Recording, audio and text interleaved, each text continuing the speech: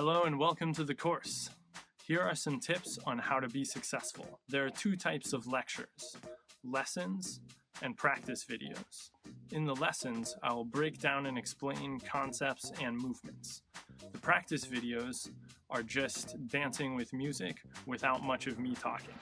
So if you need more explanation, revisit one of the lessons.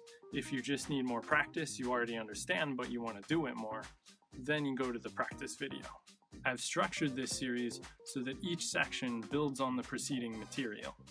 However, it is not absolutely essential that you complete every single thing in order. If you get to a point where something's very difficult for you, I recommend trying it at least once.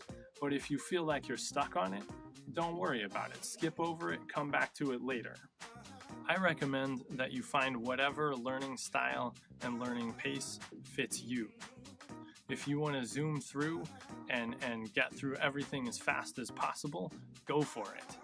If, on the other hand, you want to make sure that you master every single lecture and every part of every lecture before you move on to the next one, that's great.